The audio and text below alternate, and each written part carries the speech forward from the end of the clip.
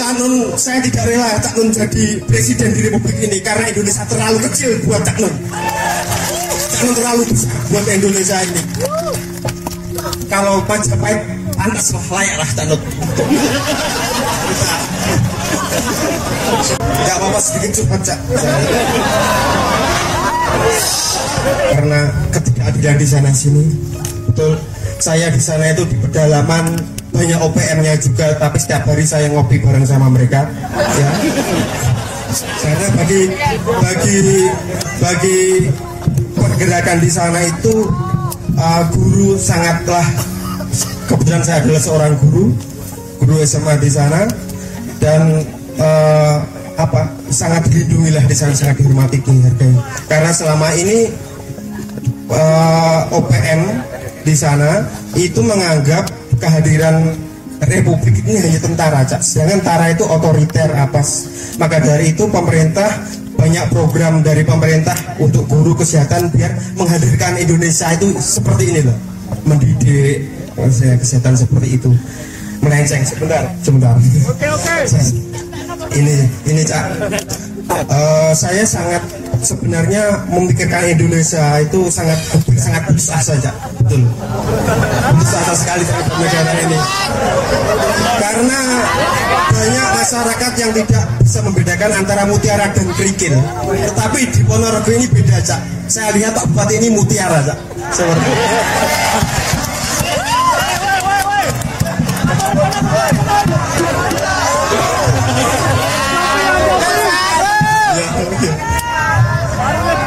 Ini ikhlas lillahi ta'ala, tidak ada saya tanyakan Cak. Mungkin tadi Cak Nun sempat membahas masalah undang-undang NKRI itu harga mati, banyak yang diamandemen yang itu sangat merugikan. Kemarin katanya pertumbuhan perekonomian Jokowi itu tumbuh, tapi kita lihat tumbuhnya itu memang benar tumbuh, tapi yang menikmati siapa?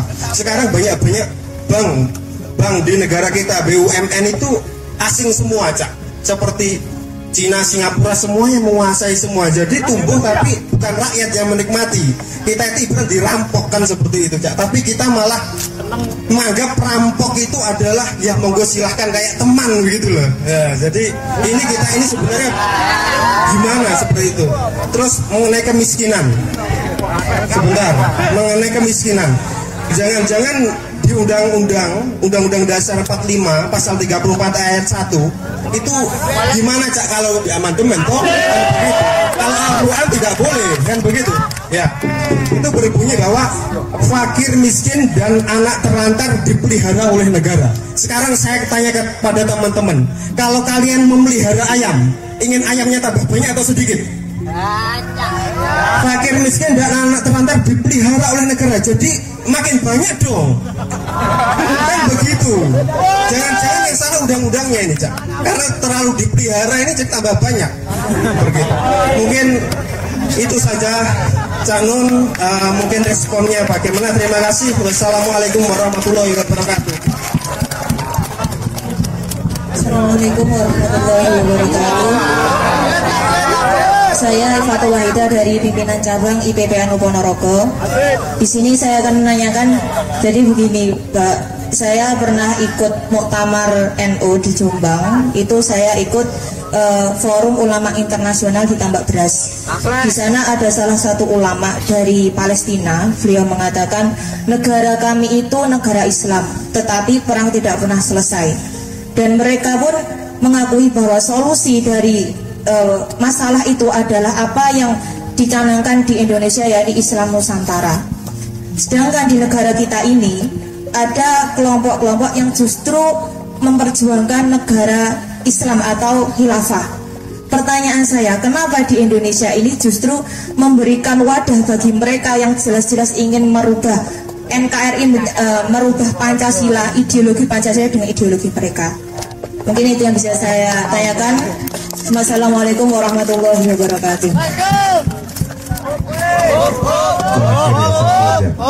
Assalamualaikum warahmatullahi wabarakatuh. Saya Syafi dari Surabaya. Ini saya mau menanyakan metodologi dan strategi apa dan bagaimana yang bisa menjadi solusi untuk membimbing atau mendidik generasi di tengah.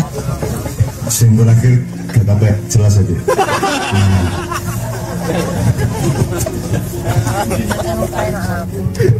Begini, apa metodologi dan strategi apa dan bagaimana yang bisa menjadi solusi untuk membimbing atau mendidik generasi di tengah banjirnya kapitalisme global?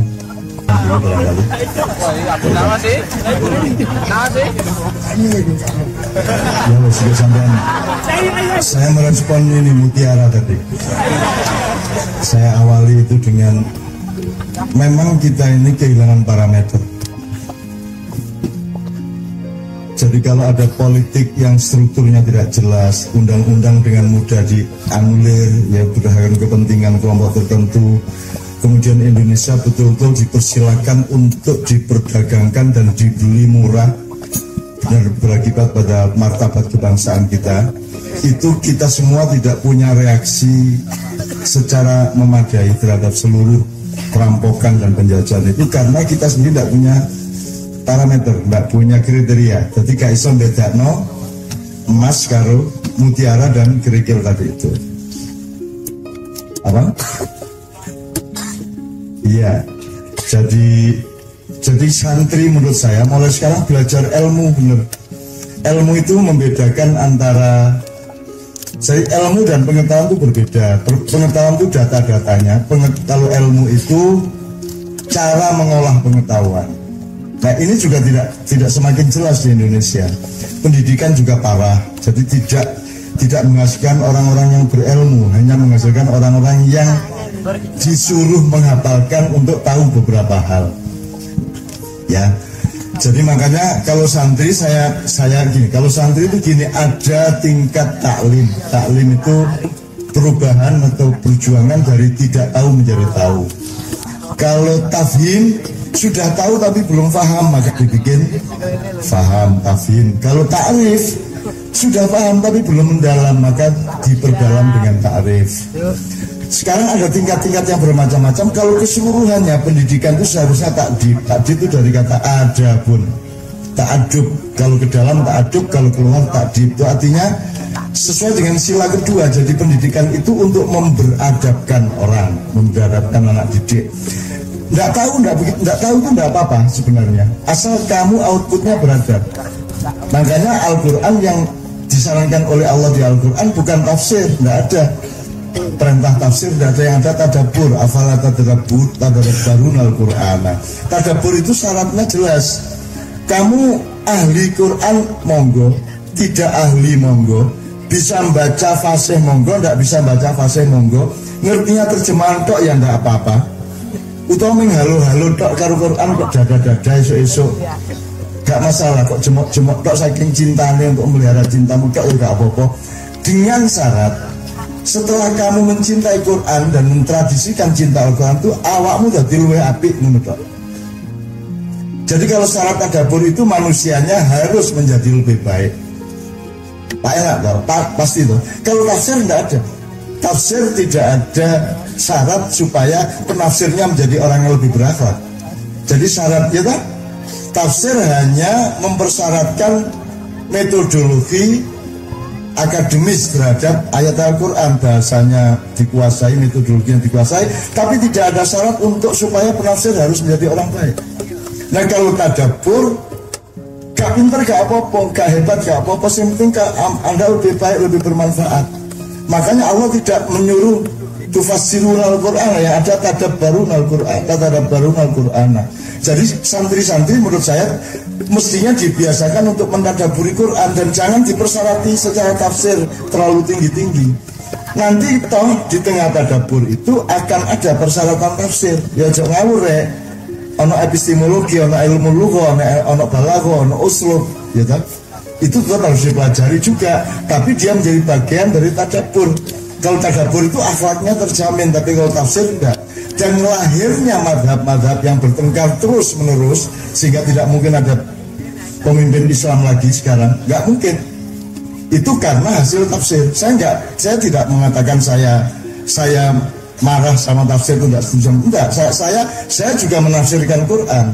Tetapi tafsir Quran itu hanya merupakan salah satu akibat dari tadabbur. Jadi tafsirnya tidak nomor satu tadabbur, karena tadabbur syaratnya adalah Anda menjadi lebih baik.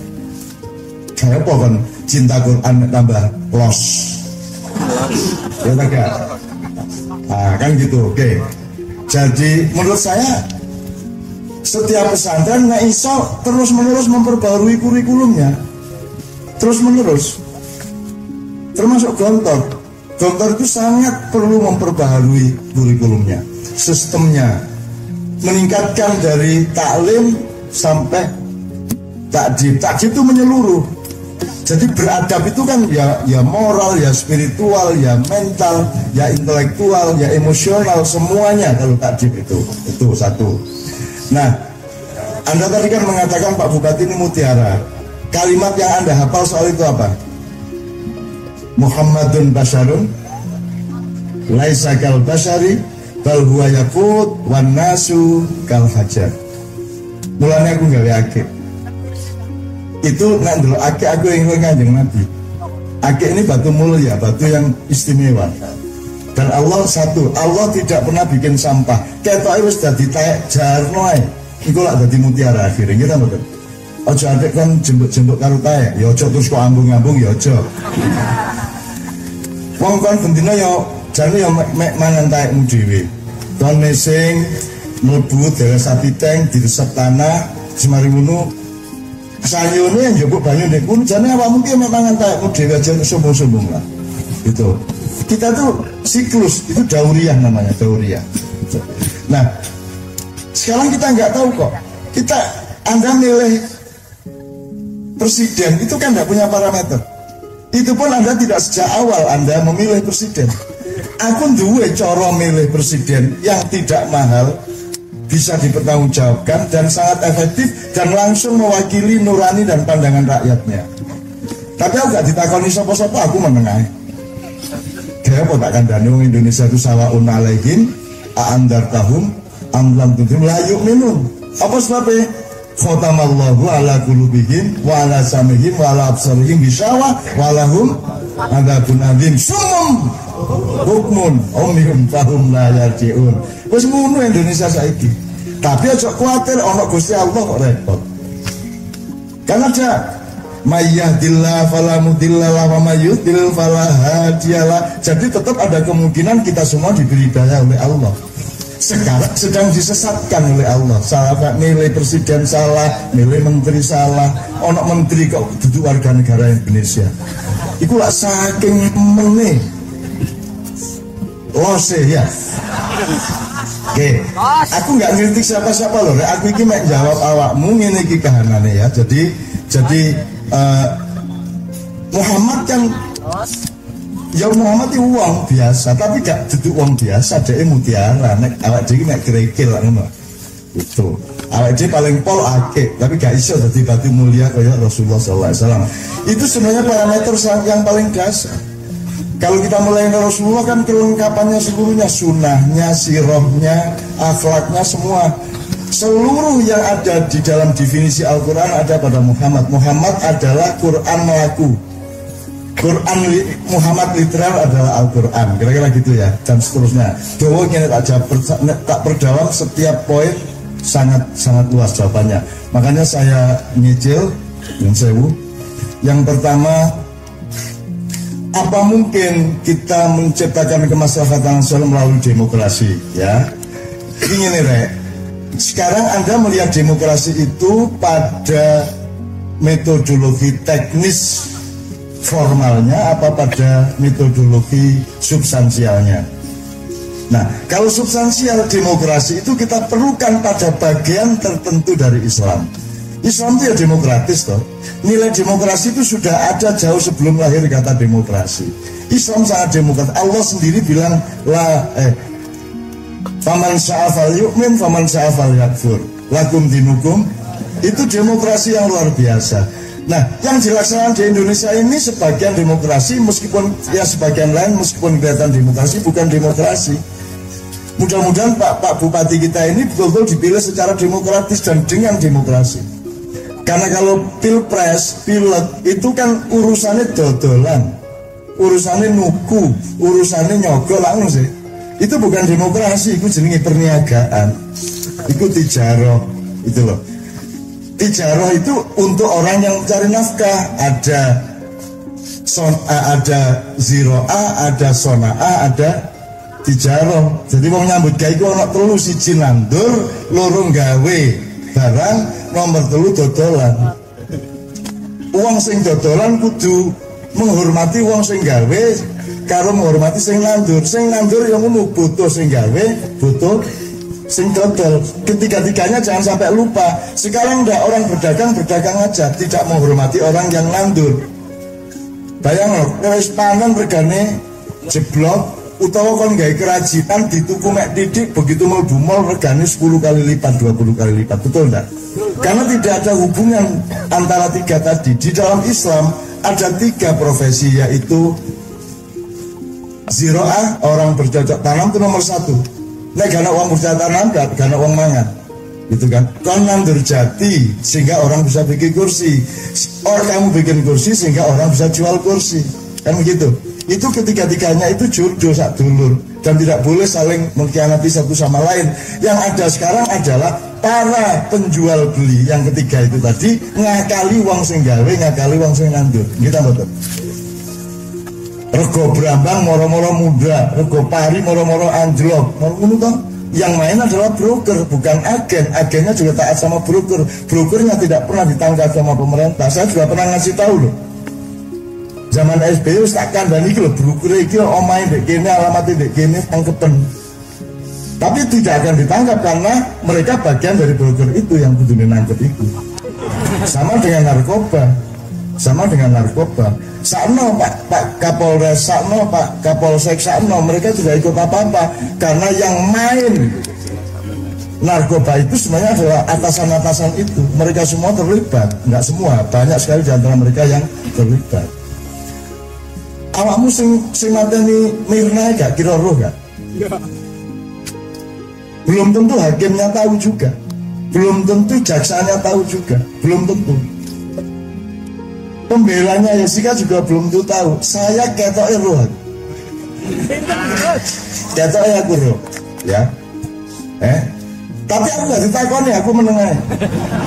Loh, Kanjeng Nabi ku gak tahu ceramah ini gak tahu rek. Kanjeng Nabi ku mek duwe hak jawab pertanyaan. Nek wong gak takon dipancing-pancing. Wahai Abu Dzar, pernahkah engkau mendengar tentang ini? Belum. Rasulullah tak kasih tahu, mau baru dia ngomong. Tapi gak oleh meneng-meneng ceramah, jadi gak ono Nabi tausiah gak ono. Gak ono, sing ono jawab pertanyaan. Lah aku yang ngono aku gak wani. Ono artis kate pegatan, wartawan takon aku. Terus aku takon, aku jawab, lu wong sing kate pegatan gak takon aku kok sampean takon aku. Lho sampean iku ponakane ta sapa?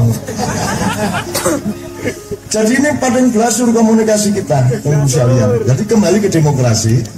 Demokrasi itu penting, tapi bukan ini yang terjadi di Indonesia itu demokrasi paling pol 20%. Ketoke secara formal syar'i seolah demokrasi itu padahal bukan. Demokrasi yang benar tidak seperti ini, gitu loh. Saya tidak menolak demokrasi karena di dalam Islam ada demokrasi misalnya milih imam gak demokratis, ya tak? Milih imamnya gak bisa milih makmum, makmumnya milih imam. Gak ono wong meneng-meneng ayo tak imami gini baris, gak ono. Demokratis. Milih pemimpin dalam Islam demokratis. Demokrasi oke, tapi bukan ojo terus demokrasi di atas segala-galanya. Demokrasi itu hanya penting pada saat tertentu untuk kasus tertentu. Di kelas gak iso, di militer gak iso diterapkan demokrasi. Siaga, bener ya? Terus tentara nih, sakarepku. Ya apa nak demokrasi? Agak situ baris. Katanya garap di kelas ya, anak muridmu ayo dikerjakan nomor 5 halaman 7. Terus muridnya jawab, nah, saya kan bayar di sini Pak. Saya kan sekolah bayar, orang tua saya mau jawab dan jawab kan hak saya. Jangan melanggar hak asasi saya sampai ya. Jadi demokrasi ada tempatnya sendiri, tidak di semua tempat. Makanya Anda jangan mau ditipu oleh istilah-istilah yang bermacam-macam. Liberalisme itu gak ngono iku. Liberal itu harus pada saat harus liberal. Misalnya azan itu liberal. lagune lho ya. Nek saire mangga ngono iku. Kayak sing dilantunkan oleh Bilal yang tidak diralat Rasulullah. Wis ngono iku bener wis. Tapi nek lagune sak karepmu liberal to. Gak kudu nuru sapa-sapa. Allahu Akbar ya oleh. Allahu Akbar, Allahu Akbar ya oleh sih. Asyhadu an la ilaha illallah wa asyhadu anna Muhammadar Rasulullah. Hayya 'alas shalah, hayya 'alal falah. Qad qamatis shalah, qad qamatis shalah. Oleh tegak. Liberal. Pada saat harus liberal. Nek sembahyang nggak bisa liberal. Nek sholat ya ngono iku. Nek rokok ngono iku. Ojo atik pencak, ojo atik lomba sholat dengan gerakan silat. Ya gak iso. Di situ harus konservatif. Nek azan lagune liberal, saire konservatif, rabi konservatif. Rabi kok liberal. Berbengi joli-jolan bojo sak RT. Jadi ojo percaya ndak ada Islam liberal. Ndak ada. Islam liberal itu penipuan. Ndak ada Islam konservatif, ndak ada. Gitu loh. Khilafah itu semua manusia itu khalifah. Gitu loh. Jelas ya. Jadi khilafah itu bukan bentuk sebuah negara. Ya apa ya?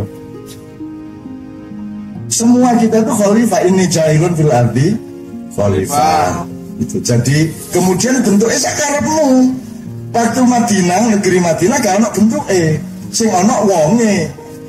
Wonge iso dipercaya, iso ngayomi jeneng Kanjeng Nabi sehingga rakyate gawe perundingan dhewe sampai 47 pasal. Gak ono bentuke, gak ono perdana menteri, gak ono khalifah ar-rasyidin, gak ono. Sing ana Kanjeng Nabi wong tua iso dipercaya, beres. Dia dadi negara sing apik. Terus kita kan bikin Republik Indonesia pakai republik, pakai trias politika, pakai teori-teori barat. Aku gak nyalahno, tapi temenan kok. Nek anjene wis gawe negara temenan. Sekarang kene gak duwe negara buktine kok. Sing ana pemerintah. Negara gak ono, endi negara aku takut. Dipelihara oleh negara. Negara gak ono, mulane wong larat sak mungke gak ono sing bingung. Negara itu apa? Negara itu rumahnya rakyat. Rakyat punya buruh namanya pemerintah. Dibayar, dikasih rumah dinas, mobil dinas untuk beresin rumah tangga.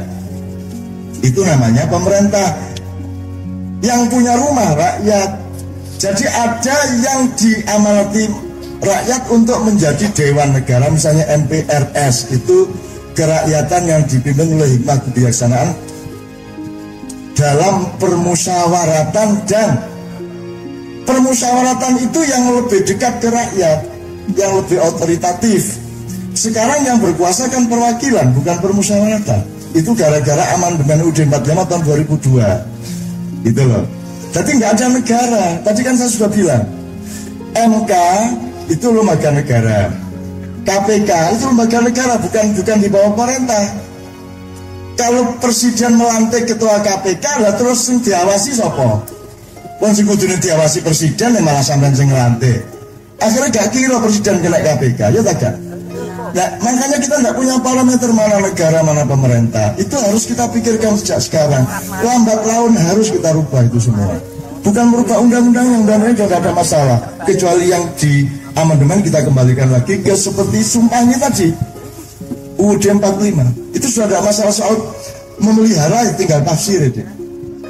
Tak tinggal tafsirnya. Nek ngingu itu ya gak podo kalau berternak. Anak ya orang miskin dan anak yatim, anak terlantar diternakkan oleh negara lah. Itu kudu luwih oke nek diternak. Dipelihara maksudnya ya gak kudu luwih oke. Itu soal tafsir, nggak apa-apa. Saya ngerti maksud Anda dan sangat bagus maksud Anda. Tapi kan negara tidak ada. Belgia itu pernah nggak punya pemerintah 512 hari, tapi tetap jalan. Misalnya urusan KTP, ya. Nyusul Pak, nek ana Pak Camat nyusul. Biasanya tanda tangan Pak Camat. Nek imigrasi nanda tangani, kepala imigrasi menandatangani paspor. Apakah kepala imigrasi punya kekuasaan? Apakah kalau tidak ditangani kepala migrasi paspor nggak sah? Asal Anda sudah memenuhi syarat undang-undang sah juga, kan gitu. Tidak ada syarat ditandatangani oleh kepala imigrasi. KTP tidak ada syarat ditandatangani oleh camat. Kalau harus ada tanda tangan berarti saksi posisinya. Nah, saksi tukang sapu ya iso. Tapi di sini kan tidak, yang berkuasa pemerintah. Pemerintah tidak berkuasa, pemerintah itu buruh. Tapi di Indonesia tidak paham itu. Komisi Yudisial itu negara, bukan pemerintah. BUMN itu badan usaha milik negara, jelas. Jadi setore nang di nang negara, saiki setore nang di pemerintah. Pemerintah itu kasir, negara itu bendahara, jelas toh. Ini tadi panjang mau akar, tapi ini aku gak terus ngeritik siapa-siapa ya. Masih ngeritik. Tapi harus kita dandanin, kalau enggak padang belasur lagi, tambah suwe loh, tambah padang belasur, tambah nek sampean tidak ngerti parameternya makin hancur kita. Tapi kita juga tidak akan hancur, karena hidup tidak hanya pemerintah yang berkuasa, Allah juga berkuasa. Allah juga akan bisa memberi daya atau menyesatkan, bisa aja. Dan Allah berperan setiap saat dalam hidupmu. Dan jangan khawatir, Anda kumpul kayak gini ini, bagi Allah mudah-mudahan wis cukup, wis tak selamat norek nek ngono kon gelem nglumpuk ngene yo. Gelem nyanyi. Wis nglumpuk ngene tak wis karo Gusti Allah wis dilem, wis membuat Allah punya alasan untuk nyelametno sak Indonesia. Ngono lho. Dan aku gelem rene iki mergo ngono iku tok. Oleh apa aku rene iki? Terus kate dadi calon gubernur Jawa Timur kaya apa? Lah enggak jadi apa? Saya enggak jadi apa dan saya tidak pernah ingin menjadi apa-apa. Wong dadi awakku repot gak karu-karuan. Ono sing ngarani kiai, ono sing ngarani. Begitu aku gelem diarani kiai, ternyata kiai-kiai gak gelem ngakoni aku kiai. Repot meneh aku. Lah wis ah. Jadi saya tidak diakui di mana-mana dan saya tidak masalah tidak diakui manusia. Aku itu bersyahadat kepada Allah dan aku hanya membutuhkan syahadat Allah kepada kelakuanku. Kan menurut dong? Kan syahadat timbal balik mas. Nah Gusti Allah gak ngakoni kon, ya apa kon? Gak mek repot kon, lumpuh kon. Nek Gusti Allah gak ngakoni. Sembayang Allah dapurmu sembayang itu ya apa kon? Makanya kita butuh makanya kita bersaksi kepada Allah supaya Allah bersaksi kepada kita. Maka kita ridho terus sama Allah supaya Allah ridho sama kita. Jangan ngemes ridhonya Allah. Kamu yang nomor satu harus ridho terus sama Allah. Oleh apa ae ngalami apa ridho kon. Maka Allah akan ridho kepadamu. Jadi ridho Allah itu akibat dari ridhomu sendiri kepada Allah. Ngono rek cara berpikirnya. Makanya ya ayyatuhan nafsul mutmainnah irji'i ila rabbiki radiyatan mardiyah fadkhuli fi ibadi wadkhuli jannati. Kan kalimatnya kan radiyatan mardiyah, yang Anda selalu kejar adalah mardiyahnya, mendapat ridho dari Allah. Padahal sebelum itu harus ada rodiyah, Anda sendiri yang harus ridho kepada Allah, maka Allah akan ridho kepadamu. Ini ya, kisah demokrasi berkepanjangan sampai ke sana, karena ilmu tidak ada yang tidak bersambung satu sama lain. Kon gak bisa ngomong rambut tanpa ngomong das, kon gak bisa ngomong das tanpa gulu, kon gak bisa ngomong gulu gak ono pundak, kon gak bisa ngomong pundak gak ono tangane gak ono gegere. Gak iso kon fakultatif, gak iso urip iku bareng menyeluruh menjadi satu-satuan. Gak iso ngomong abang tapi gak ijo. Gak iso kon ndelok terang nek gak ono peteng, gitu betul. Itulah hidup. Betul enggak? Ojo terus meteng-meteng cek paham terang, aku tak meteng-meteng ya aja ngono. Tapi pokoknya paham bahwa hitam itu berguna, dia baru hitam kalau ada putih dan lainnya. Putih baru putih kalau ada yang tidak putih. Itulah dialektika kehidupan. Demokrasi juga begitu. Demokrasi penting dan bagus, tapi jangan jadi agama. Sekarang sudah jadi agama. Orang lebih takut tidak berdemokrasi daripada tidak berislam. Ya tak? Sekolahnya sudah di Gusti Allah. Anak gak sekolah muring-muring sampai diselentiki, dikaplokin, anak gak sembahyang gak apa-apa. Gitu betul. Nah jadi hati-hati kan, jangan sampai menjadi penyembah berhala. Saat ini jadi berhala kabeh. Mulane aku seneng calon bupati memang teko Madiun nang. Wedi Madiun dadi wedi Ponorogo dadi kota metropolitan, akhirnya materialisme menjadi Tuhan, di nomor satu kan. Kayak Mekah iki. Ya apa kon kate lunga kaji, kon ndek Ka'bah ono godhong dukur-dukur ngono jane ora kok terhina sih. Washington DC aja tidak boleh bikin gedung lebih tinggi dari gedung putih di Washington. Tapi di Ka'bah itu kiwa temen dukur-dukur tadi kon nek sing iku nisarmu ono Ka'bah. Kita mboten. Ono wong sing niat turun iku langsung kapok kan ya karo Ka'bah iki. Ono iku sing ngono iku. Dan seterusnya. Oke, saya teruskan karena banyak naga dan konsekuensinya. Nazar maksudnya apa? Nek kon gak, itu kan soal janji tuh deh. Soal janji. Nek ya janji ini loh. Gusti Allah itu gak menuntut apa yang kan layu kalifullahu nafsan illa wusaha. Kon wis kadung nglaring ini ternyata gak iso nglakoni, gak iso ya gak apa-apa, gak iso kok. Nek gak gelem kon salah, nek mingkari janji salah. Tapi nek kon gak mampu, ya apa gak mampu kok. Mosok Gusti Allah ngarang wong gak mampu. Layu kalifullahu nafsan illa wusaha. Mulane aja gampang-gampang nadar. Ngono lho. Aja gampang-gampang nadar. Kejaba kowe wis idek temen karo Gusti Allah sehingga akan diwujudkan oleh Allah. Misalnya kamu janjani bojomu tak tukokno motor dik mariku dilungkas lah setengah tahun meneh gitu. Terus begitu setengah tahun gak ganti duit kan tukokno motor. Nek awakmu wis hidup karo Gusti Allah nangis sama Gusti Allah kula niki niat temen kok akan tapi mboten saged niki izin kula kali bojo kula. Mosok sampean tega ndelok kula izin kali bojo kula. Wong kula niat cinta kok.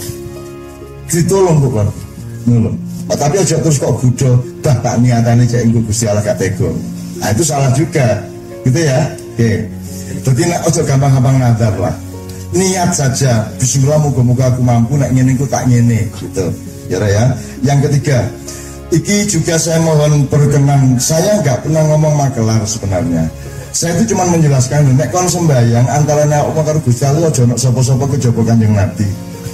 Soalnya antara awakmu karo Gusti Allah iku ono negara, ono MUI, ono ulama, ono aku, ono segala macam. Saya tidak ngecam ulama termasuk aku iku. Aku aja ganggu hubunganmu karo Gusti Allah nek ngono tok aja. Lho, jadi aku yang ngirno di pinggir kiwa tengahmu, aku yang ngirno. Ojo terus kon nggih kono Gusti Allah aku di tengah-tengah ojo. Saya tidak mau juga. Nah, mungkin ada sejumlah kiai, sejumlah ulama sing senengane manggon kuno. Terus akhirnya kata makelar, padahal aku yang ngomong makelar sebenarnya. Setahu saya nggak pakai istilah itu. Kemudian aku salah ya. Tapi maksud saya itu begitu. Sebab kamu lahir ijen, ya tak? Mosok lahir bareng, sarombongan, tak jebol mbokmu, ya ijen. Ya tak? Mari ngono begitu orang kon belajar bareng. Tapi ilingo selama kon bareng meneh-meneh kon diceluk Gusti Allah ijen loh. Ya, ijen lho meneh. Nah pas kon diceluk ijen iku wis gak iso ditolong sapa-sapa. Sing iso nolong mek sitok yaitu Kanjeng Nabi. Karena Kanjeng Nabi duwe hak prerogatif yang namanya syafaat. Kita tidak diampuni menjadi bisa diampuni karena bersolawat. Kita tidak terkabul bisa menjadi terkabul karena solawat. Itu berdasarkan hak prerogatifnya Rasulullah. Itu ya. Lah soalnya apa sebabnya ojo ono aku, ojo ono ulama, ojo ono sapa-sapa selain Kanjeng Nabi. Lho ngene gak iso jamin ya. Kon misalnya ngidolakno aku terus kon tak dadek, aku gelem dadi gurumu terus aku iki iso jamin apa nang awakmu. Ya makanya kan gak bisa jamin. Ya enggak apa-apa. Jadi maksud saya cuma beri contoh juga bahwa aku ya gak gampang-gampang dadi gurumu. Jadi aku harus kon ya apa sih aku konco apa wong Kanjeng Nabi kan duwe murid. Kanjeng Nabi dhewe gak duwe murid sing ana iku sapa? Sahabat. Wis cetha sene. Kanjeng Nabi sahabat kok. Allah dhewe itu memberi fenomenologi tentang hubungan sosial. Jadi kalau Adam dan anak turunnya disebut khalifah. Nah Nabi Nuh itu jiwaku dari Allah. Artinya kalau ingin mempelajari Allah, pelajarilah sejarah Nuh untuk mengetahui jiwanya Allah, ruhullah. Nah Nabi Ibrahim Khalilullah, sahabat karibnya Allah. Loh, ada fenomena koncoan karo Gusti Allah. Aja murmur ngancani yo. Teman akrab, Ibrahim itu teman akrabnya Allah. Loh, nek konco lah ya apa, Pak? Lalu dhewe sini. Dan nek konco lah iso rada guyon, ngono sih. Iso rada manja kan gitu. Dan itu fenomena dan Allah yang menawarkan, enggak apa-apa. Asal ojo neranya. Mulane wong dulu kaya Khalil lagi, Khalilullah. gak oleh iwak nyakit sampean iku jari Rahman Rahim mosok gak oleh iwak sampai sedere pas di segoro iki lho ndelok iwak sampai surup gak oleh iwak terus ditagih ya Allah sampean iku jarine Rahman Rahim endi aku sampai surup ini gak oleh iwak situ-situ kok mbok aku njaluk 5 kok gaya aku situ bojoku situ anakku 3 mawon tur Gusti Allah tak tega to ana iwak mencolok 5 temenan, jadi ngomongnya 5 tapi menggerik meneh mosok 5 temenan sampean iku 10 menurut Rahmane 5 Rahime 5 terus cek kurang meneh menggerik meneh nggih sampean mosok mboten paham sih gitu kan akhirnya terus Gusti Allah ya dibeki akhir dibeki sampai buat iku iwake sampai diseret nang pantai wis gak iso didayung meneh saking ngabote tutuk di pantai dadak ana asap membubung dan dia pikir lho kok ketake kok ndek desaku iki omahe sapa iki melayu dia begitu melayu ternyata ana wong mara cak omah sampeyan sing kopo aku sedek ngrasani gara-gara aku njaluk kakean iku mang terus menggerik dhek nang Gusti Allah tadi kan masalah di laut kenapa dibawa ke darat itu guyon tapi ya untuk temenan nih gue ya jadi gitu ya jadi apa namanya itu fenomena kalau yang tertinggi yang Anda dapat keuntungan hidup di dunia karena Anda umatnya Rasulullah karena sahabat ruh kalimullah kalau Musa ya juru bicara Allah zabihullah itu belah-belahan itu sing gawe kalah-kalahan lah gampangannya tapi lak mulya digawe kalah-kalahan Gusti Allah zabihullah itu semua itu kalau di kelompoknya dulu dadi jenenge Habibullah Anda kekasihnya Allah aku gelem ngene iki ceke sampean dadi kekasih Allah nek sampean dadi kekasih Allah Gusti Allah murid-murid nek sampean dijati wong Gusti Allah sing baru nek sampean diapa-apano wong ngono lho karepku Indonesia selamat berkesampaian dicintai oleh Allah. Sebenarnya Gusti Allah sampean gak sembahyang gak patean Gusti Allah. Ana wong dolen di Jakarta ana taipan ngentek-entek per dhuwit wong Indonesia Gusti Allah gak kerasa gak patean. PPN penolak-leken iku aku bumiku sangat kaya, aku melebihi semua yang lain.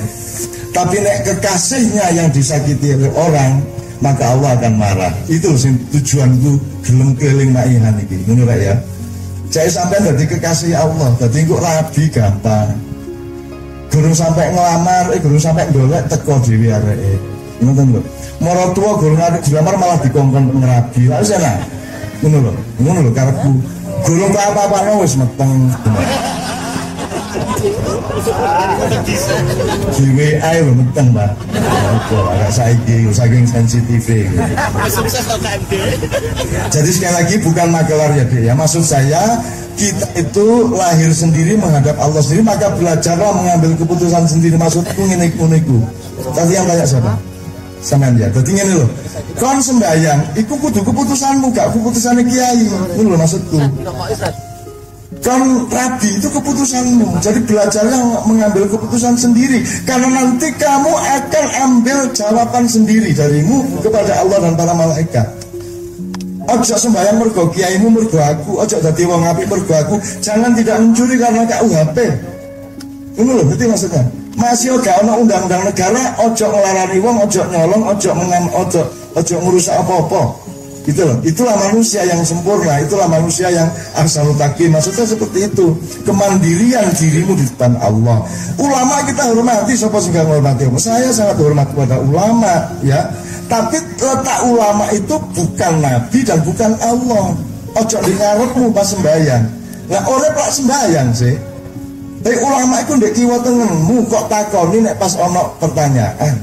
Tapi duduk ulama duduk nabimu duduk Gusti Allah mulane aku selalu menolak. Aku ngimami ya gurung gelem kok. Ngimami apa meneh khotbah. Gurung gelem sampai saiki. Aku wedi kok kon nganut aku gak nganut Kanjeng Nabi.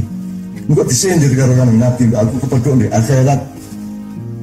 Idolani ya, ini ya mati aku. Gak enak Nabi liwat kan, idolani ya. Mas, mumpun boten kan ini, ngono ta. Ngono dhek aku sukalan soalnya, gak enak aku. Ini Pak Bupati disintikan dengan Nabi loh, kalau dipilih mboten karep arek-arek sing milih. Ini jangan aku, ya apa jawabku? Menurut oke. Nyun sewune agak panjang. Bedanya nasionalisme dengan Islam nasionalis. Ini saya hubungkan dengan pertanyaan Mbak ya. Nasionalisme tadi sudah saya jelaskan di awal. Karena Allah menyuruh kita jadi khalifah, mengelola bumi. Nah, kan ada rumus gini. Jangan setiap orang melakukan setiap hal. Jangan semua orang melakukan semua hal. Kalau bisa ada pembagian, sebagian orang melakukan sebagian hal. Sebagian orang di bumi yang ada di Nusantara melakukan nasionalisme Indonesia. Itu sudah kekhalifahan namanya. Tidak semua orang melakukan semua hal, dan jangan sampai hanya satu orang melakukan satu hal. Yang ada adalah sebagian orang melakukan sebagian hal. Dalam bahasa Inggris namanya division of labor, pembagian kerja. Nah, soal ada yang minta khilafah mau mengubah Indonesia dengan ideologinya sendiri, itu gini deh. Saya itu ketemu tidak hanya Hizbut Tahrir, tidak hanya PKS, tidak hanya Ikhwanul Muslimun, tidak hanya Taliban. Saya ketemu semuanya. Saya bahkan ketemu Pak Prabu Brawijaya bolak-balik. Saya ketemu orang-orang yang ingin dandani Indonesia dengan metode Hono Coroko, ono metode Gatuluco, ono metode Cetha. Cetha itu maksudnya pesanggerahan yang dibikin Sunan Kalijogo untuk menampung Prabu Brawijaya yang kelima di daerah Gunung Lawu. Aku rono, aku semedi sampai esok di rono. Angin gue besi kayak ono gak ada terus, gitu ya. Saya menghormati itu semua karena apa? Nomor satu gini. Saking cintanya Indonesia, saking kepingine menyembuhkan Indonesia, saking kepingine dandani Indonesia, tapi ya berdasarkan ilmunya dewe-dewe, ngertinya ya khilafah, ya dia ngomong khilafah. Sampai mana-mana gak kelakon, dia ya tetap mangan dek, kini tetap udah dek, kini gak ada masalah, tenang aja kan. Apa orang dia tetap negara mangan dek kini, tetap nyambut kain dek kini kok. Enggak, akhirnya gak kelakon ya tetap dek kini sampai tua ya gak masalah, gitu loh. Jadi nggak usah. Kalau berbeda pendapat ya gak masalah, nggak apa-apa lah. Ono sing ngarani Gusti Allah iku kancutan ya ono, ditaleni nego, ya ono. Gak apa-apa nek. Sing penting atine apik karepe apik ngene lho ya. Jadi Anda nggak usah anti. Hizbut Tahrir aku ya akrab kok sama mereka, dan mereka memang sangat sukar membedakan petek kloro karo wong nirokno petek kloro, gitu kan. Itu maksudnya Quran dan tafsirnya. Dia pikir tafsirnya itu sama dengan Quran, gitu biasanya. Kalau teori kloro kan jelas tau sama nusul kabeh ya. Kuku kuyu, kongkorongkong karo kuku runuk. Terus yang kongkorongkong menyesat bilang bahwa kuku runuk itu sesat. Sing kuku runuk bilang bahwa kuku runuk itu bid'ah. Sing kukurunu ngarani kongkorongku musyrik. Terus pokoknya salah menyalahkan. Padahal sing bener iku BDE kan gitu. Sing liya-liyane iku mek nirok, ora ngono sih. Nah, kita tuh ngerti ya bahwa kita itu nirok tok. Mungkin salah, mungkin bener. Ojo mutlak bener, sing mutlak bener ya titike kloro iku mang. Nek kene nirok tok berdasarkan kemampuan kita, gitu loh. Jadi menurut saya nggak usah mangkel, nggak apa-apa, biarkan aja menurut saya. Mereka saking cintanya kepada Indonesia gitu loh. Kalau mereka anarkis, kalau mereka merusak, kalau mereka destruktif, baru kita bereaksi gitu loh. Kalau cuma berpendapat nggak ada masalah, monggo saja gitu ya. Kon ngarani aku kafir, aku gak masalah. Sing kon gak oleh ku ngidoni raiku gitu mungkin. Nenek gak mau kafir ya gak masalah. Sing ngarani aku gak kafir sapa kon katerung man. Terus kebiyen aku kafir, aku pol nemen kafir nemen aku. Saya kafir terhadap iblis. Ngono ta.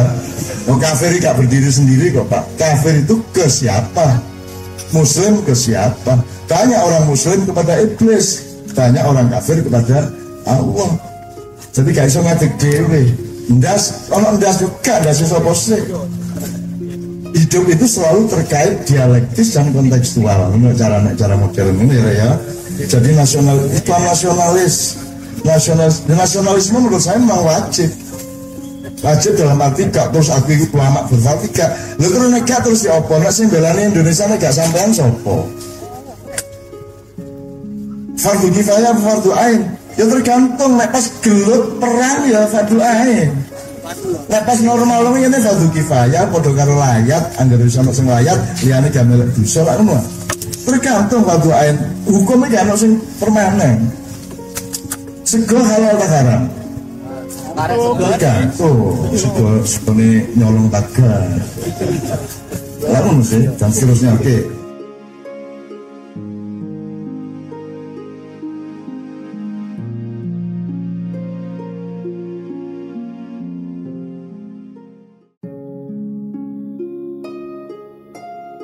Assalamualaikum warahmatullahi wabarakatuh. Demokrasi hancur-hancuran. Pemilihan presiden adalah momen krusial dalam kehidupan demokrasi sebuah negara.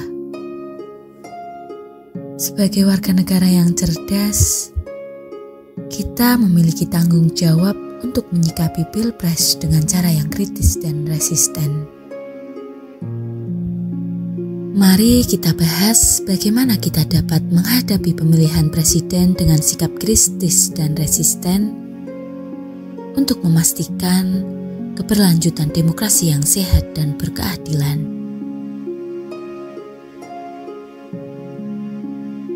Sebagai pemilih yang kritis, kita perlu memahami isu-isu kritis yang sedang dihadapi oleh suatu negara. Ini melibatkan pemahaman mendalam tentang ekonomi, lingkungan, pendidikan, kesehatan, dan isu-isu sosial lainnya. Dengan pemahaman yang baik, kita dapat menilai program dan visi calon presiden dengan lebih tepat. Sikap kritis melibatkan penilaian yang objektif terhadap rekam jejak calon presiden, bagaimana kinerja mereka dalam jabatan sebelumnya, apakah mereka telah memenuhi janji-janji kampanye sebelumnya. Pertanyaan ini dapat membantu kita menyaring calon berdasarkan kredibilitas dan kecocokan dengan nilai kita.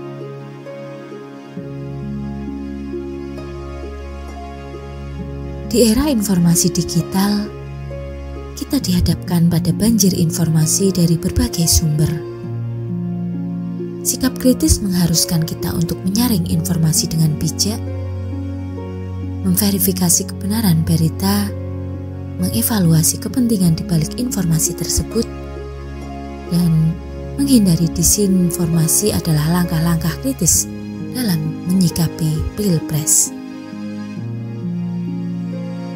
Mengembangkan sikap resisten melibatkan berpartisipasi aktif dalam diskusi masyarakat tentang pilpres. Ini bukan hanya untuk menyuarakan pendapat kita sendiri, tetapi juga untuk mendengarkan pendapat atau pandangan orang lain. Diskusi yang berbasis argumen dapat membuka pikiran kita dan memperkuat sikap kritis kita terhadap isu yang ada. Sikap resisten tidak selalu berita, berarti menentang setiap kebijakan atau pandangan yang berbeda dengan kita. Kita perlu menghormati keanekaragaman, pilihan, dan memahami bahwa masyarakat terdiri dari berbagai lapisan dengan kebutuhan dan kepentingan yang berbeda. Sikap resisten dapat tercermin dalam partisipasi aktif kita dalam proses pemilu. Melakukan hak pilih adalah langkah konkret untuk mengekspresikan sikap resisten kita terhadap sistem politik. Selain itu, kita dapat terlibat dalam kegiatan pemantauan pemilu dan advokasi untuk memastikan proses demokratis yang adil. Dalam menghadapi pemilihan presiden, sikap kritis dan resisten adalah modal penting untuk memastikan keberlanjutan demokrasi yang sehat. Dengan memahami isu-isu kritis, menilai rekam jejak calon, menyaring informasi, berpartisipasi dalam diskusi, menghormati keanekaragaman pilihan, dan berpartisipasi dalam proses pemilu. Kita dapat menjadi agen perubahan yang berkontribusi pada perbaikan sistem politik dan pembangunan. Demokrasi sebagai bentuk pemerintahan yang didasarkan pada partisipasi publik seringkali dianggap sebagai sarana untuk mewujudkan keadilan dan kepentingan rakyat. Namun terdapat kekhawatiran bahwa demokrasi yang tidak memenuhi syarat dapat berubah menjadi alat yang dimanfaatkan oleh kaum tiran. Dalam konteks ini, kelompok yang kaya, pintar, dan kuat memiliki potensi untuk memobilisasi massa yang mungkin kurang informasi, kurang cerdas, dan lemah. Dalam demokrasi yang rentan, peran media dan pendidikan memegang peran krusial. Kelompok elit dapat menggunakan kekuasaan mereka untuk memanipulasi opini publik, menciptakan naratif yang mendukung agenda mereka, dan menjauhkan masyarakat dari informasi yang objektif. Massa yang tidak kritis atau kurang mendapat informasi yang seimbang menjadi rentan terhadap pengaruh yang bertentangan dengan kepentingan mereka. Selain itu, demokrasi yang tidak sehat seringkali melahirkan politik transaksional. Para pemimpin politik yang terlibat dalam transaksi politik cenderung fokus pada kepentingan pribadi atau kelompok. Mereka diri pada kepentingan umum.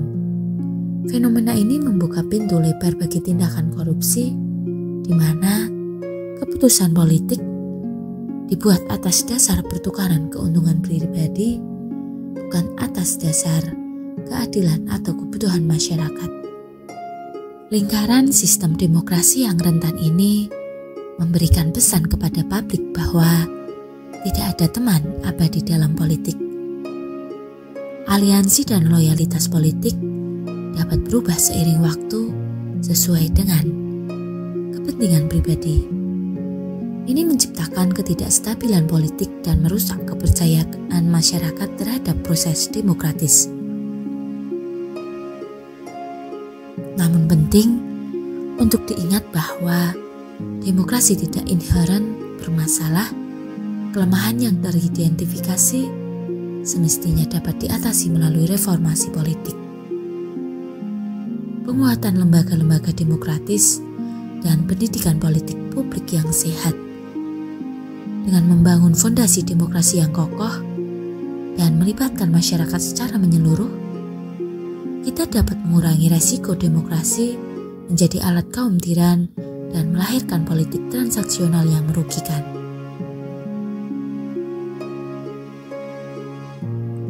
Reformasi yang mendalam dan kesadaran publik tentang pentingnya partisipasi aktif dapat membawa demokrasi ke arah yang lebih berkelanjutan dan sesuai dengan aspirasi keadilan dan kepentingan umum.